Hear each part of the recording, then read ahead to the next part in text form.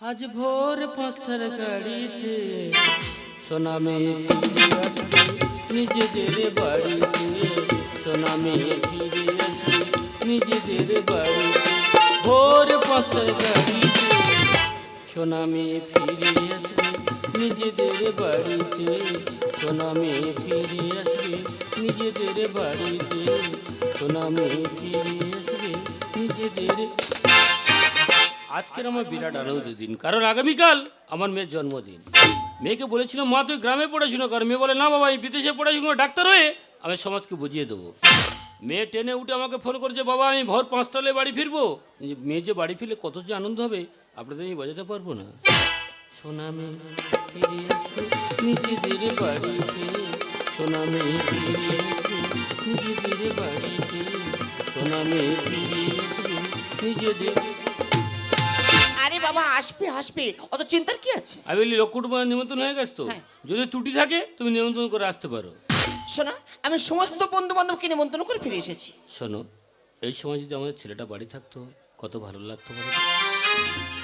অল্প বয়সে ছেলেটা বিয়ে করেছিল বলে তুমি বাড়ি থেকে তাকে বের করে দিয়েছো।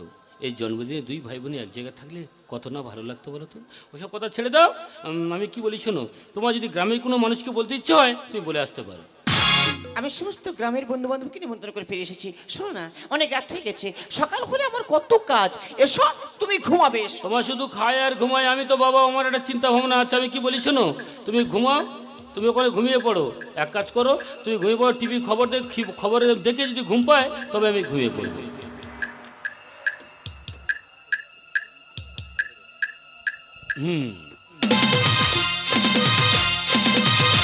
নমস্কার, আপনারা দেখছেন এবিপি আনন্দ। আমি আপনাদের সঙ্গে মনোজ। এখনকার বিশেষ বিশেষ তাজা টাটকা খবর। উড়িষ্যার বালেশ্বরে ভয়াবহ ট্রেন দুর্ঘটনা। হাওড়াগ্রামী করুণামণ্ডল এক্সপ্রেস লাইনচ্যুত হয়ে একটি মালগাড়ির উপর উঠে গিয়েছে। অপর দিক থেকে আসা চেন্নাইগামী যশবন্ত এক্সপ্রেস তার পেছনে এসে অ্যাক্সিডেন্ট করেছে। সাবিত্রী, এই সাবিত্রী ঘুমাচ্ছ? আরে ওঠো না, এই সাবিত্রী ওঠো ওঠো ওঠো ওঠো। আরে টিভি খবরটা একটু লক্ষ্য করে দেখো। এখনো যারা টিভির পর্দায় চোখ রেখেছেন, স্বজন হারা পরিবার যারা রয়েছেন, এই মুহূর্তে বালেশ্বরে এসে আপনাদের লাশগুলি আপনারা সংগ্রহ করুন। ওগো, এই আমি কি শুনছি গো? এই চেন্নাই এক্সপ্রেস আমার মেয়ে ফিরছিল। কি বলছো? হ্যাঁ গো। এই সিঙ্গে এসে আমার মেয়ে ফিরছিল? তুমি ঠিক কথা বলছো তো? তুমি জিনিসপত্র গুছিয়ে আমার মন মানছে না। এক কাজ করো, এই মুহূর্তে আমরা যাবো বালেশ্বরে।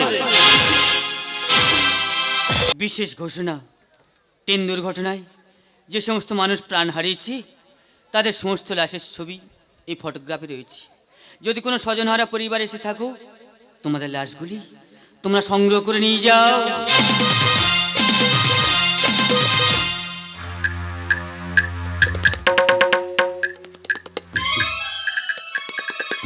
কোথায় আমার সূর্য? কোথায়? আমি তো তোকে কোথাও খুঁজে পাচ্ছি না। কোথায় গেল আমার? কি আমি কি দেখছি? এত মানুষের লাশ কত বিক্ষত হয়ে পড়ে আছে ট্রেনের প্রতিটি অংশ। না না না, এই ট্রেনে তো আমার স্বামী কাজ যাচ্ছিল। তবে কি ওর কিছু হলো? না না না, ওর কি? ও দাদা, তুমি আমার স্বামীকে দেখেছো? তুমি কি কাউকে খুঁজছো? হ্যাঁ, আমার স্বামী না এই ট্রেনে কাজে যাচ্ছিল। ওকে আমি কোথাও খুঁজে পাচ্ছি না। বলো না দাদা, তো তুমি ওকে দেখেছো? এখানেই সমস্ত লাশের ছবি আছে। তোমার স্বামী কি তুমি খুঁজে নাও। না না না, আমার স্বামী লাশ না, এ হতে পারে না, কিছুতেই না, কিছুতেই না।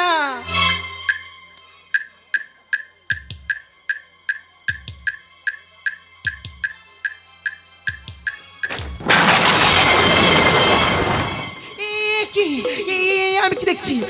আমার স্বামীর ছবি। না না না, আমার স্বামীর কিচ্ছু হতে পারে না। আমার স্বামীর কিচ্ছু হতে পারে না। ঈশ্বর, তুমি কি করলে ঠাকুর আমার সাথে? বলো না, আমি এখন কাকে নিয়ে বাঁচবো? কি আমার আছে? আমার স্বামী ছাড়া তো আমার কেউ ছিল না।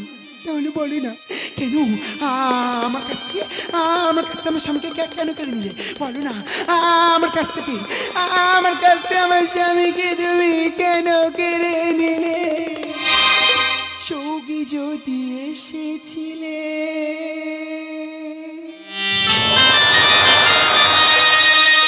কেন চলে গেলে? কোন জনমের তুমি প্রতিশোধ নিলে?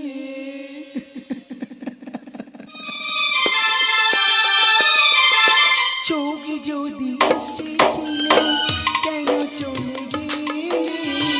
কোন জনমের তুমি প্রতিশোধ নিলে? ভেঙে গেল ঘর, হলাম যা যাব। ভেঙে গেল ঘর, হলাম যা যাব। কত আশা ছিল এই জীবনে,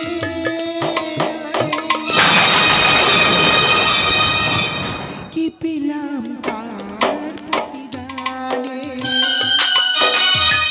কি পেলাম তার প্রতিদানে? সৌগি যদি এসেছিলে কেন চলে গেলে? কোন জনমের তুমি প্রতিশোধ নিলে? কোন জনমের তুমি প্রতিশোধ নিলে? কোন জনমের তুমি প্রতিশোধ?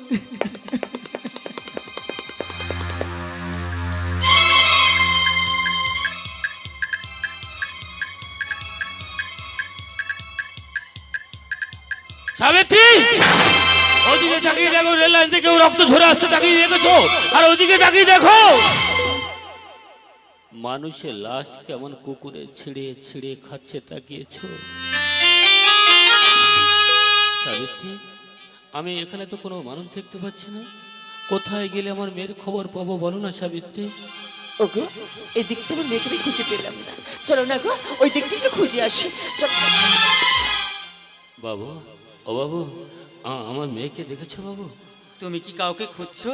আমার মেয়ে ভোর 5টায় বাড়ি ফেরার কথা, সে তো বাড়ি ফিরল না, তার জন্য এসছি। বলো না বাবু, আমার মেয়েকে তুমি দেখেছো?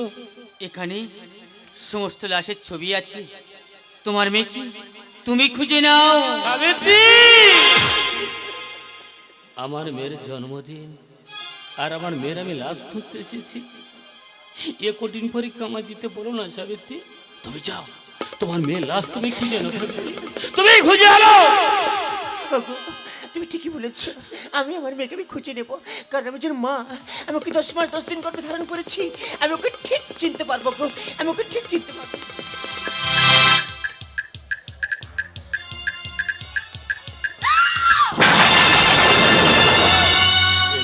সাবিত্রী, তুমি চিৎকার করলে কেন? ওগো, দেখো না গো, ওই ছবিটি কার? ও আমার মেয়ের ছবি না?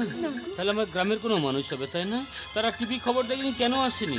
এক কাজ করে, আমি যদি চিনতে পারি তো আমি গ্রামে গিয়ে তার বাড়ি গিয়ে খবর দিয়ে আসি। তুমি অপেক্ষা করো, আমি দেখে আসি।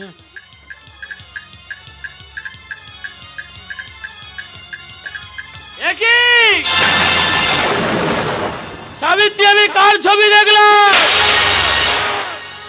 এ তো আমার ছেলের সূর্যের ছবি। সাবিত্রী, সাবিত্রী, আমি মেয়ের খুঁজতে এসে আমার ছেলের ছবি কেন দেখলাম সাবিত্রী? ও, আমি বুঝতে পেরেছি সাবিত্রী, ছেলেটা না বিদেশে কাজে যাচ্ছিল, হঠাৎ ট্রেন অ্যাক্সিডেন্টে ছেলেটা অকালে হারিয়ে গেছে। তুই কাঁদছো সাবিত্রী? এর জন্য আমি কাকে দায়ী করব? এর জন্য আমি তোমাকে দায়ী করব। সেদিন তুমি যদি মেনে নিতে, তাহলে আমার ছেলের মরা মুখ দেখতে হতো না। সেদিন তুমি যদি মেনে নিতে, আমার মেয়েকে মরা মুখ দেখতে হতো না। বলো না সাবিত্রী, আমার দুটো জীবনকে আমার কাছে তুমি ফিরে দাও সাবিত্রী, আমার কাছে তুমি ফিরিয়ে দাও। ও বাবু, বাবু বলো না, তুমি সূর্যের ছেলেটিকে চেনো? আমি তো কোথাও খুঁজে পাচ্ছি না। ও বাবু বলো না, কেন তুমি চুপ করে আছো? ওই সূর্যের ছেলে তোমার কি হয় বলো না। ওই সূর্য, শুনতে চাও আমার কি হয়? ও না আমার একমাত্র সন্তান। ওই সূর্য তোমার কে হয়? ওনার সাথে তোমার কিসের পরিচয়? ও তোমার কে হয়? ও ও ওই সূর্য নামী ছেলে আমার কি হয়? বলো। আমার কি হয়? ওই সূর্য নামী ছেলে আমার স্বামী। জীবন অঙ্কটাকে জানি না মেলাতে গিয়ে কি পেলাম, আমি কি পেলাম? জীবন অঙ্কটাকে জানি না মেলাতে গিয়ে কি পেলাম, আমি কি পেলাম? শূন্য দিয়ে ভরে গেলাম, আমি শূন্য দিয়ে ভরে গেলাম। জীবন অঙ্কটাকে জানি না মেলাতে গিয়ে কি পেলাম, আমি কি পেলাম, আমি কি পেলাম, আমি কি পেলাম? হে ঈশ্বর, তুমি আমার কোন পরীক্ষা ফেলে ঠাকুর বলো না। আমার সাজানো বাগানে মাত্র দুটি ফুল ফুটেছিল, এক এক করে সব ফুলগুলো ঝরে গেল। বলো না কোন পাপের শাস্তি তুমি আমাকে দিচ্ছ? ফিরিয়ে দাও, ফিরিয়ে দাও ঠাকুর। তুমি আমার বুকে আমার সন্তানের তুমি ফিরিয়ে দাও, ফিরিয়ে দাও, তুমি ফিরিয়ে দাও। কাঁদছো? কার জন্য কাঁদছো? আমার স্বামীর জন্য? আরে বাবা, আমার স্বামী তোমাদের কেউ হয় না তো? তোমাদের যদি বা কেউ হতো তাহলে বলো না, সেদিন কেন তাড়িয়ে দিয়েছিলে? ঝড় জল রাত্রি কি দোষ করেছিলাম? একে অপরের ভালোবেসেছিলাম বলি? ও ভালোবাসা বুঝি এতটাই ভুল? ভালোবাসা বুঝি ঝড় জল রাতে বাড়ির ভিতর থেকে বের করে দিতে হয়? শুধুমাত্র তোমাদের কারণে, তোমাদের কারণে আমার স্বামী আমার তো অনেক দূরে চলে গেছে। ফিরিয়ে দাও আমার স্বামীকে, আমার কাছে ফিরিয়ে দাও। চুপ করে কেন? আমার স্বামীকে, আমার স্বামীকে আমার কাছে ফিরিয়ে দাও। কেউ নেই গো, আমার স্বামী ছাড়া যে আমার কেউ নেই। আমি তোমাদের কাছে আঁচলে পেতে ভিক্ষে চাইছি, আমার স্বামীকে আমার কাছে এনে দাও।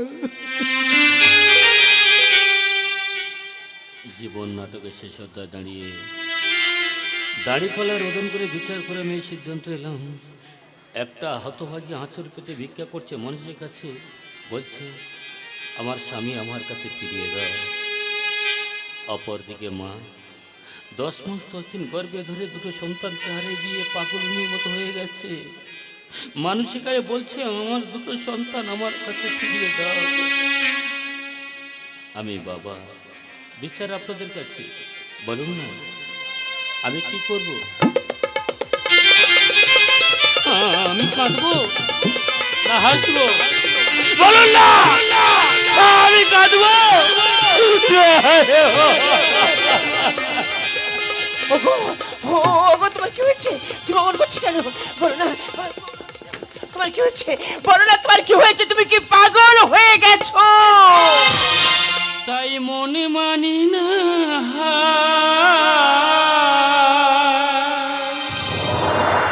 বুকটা ফেটে ছিল দুটি ফুল অকালে হারিয়ে জেনে রেখো, মনে রেখো, তারি শেষ দিন।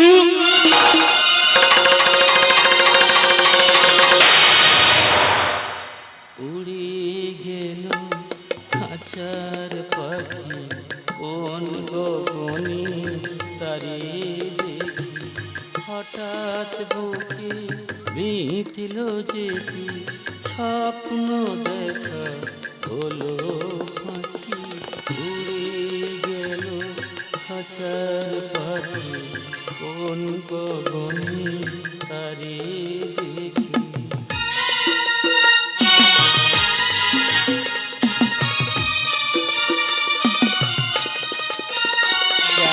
গান শুনে পরলে তুমি মালা আমাদের কাছে হতে তার বিদায় নেবার পালা।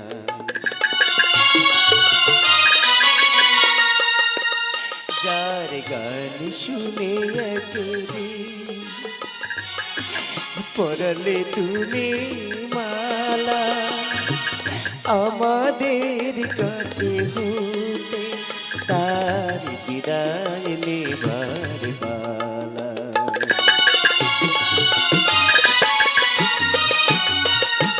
কত তারা লোকে মনিরা বলো কি, কত তারা লোকে মনিরা কি বলো কি। রাম কৃষ্ণের লেখা গান হলো যে অবসান, রাম কৃষ্ণের লেখা গান হলো যে অবসান।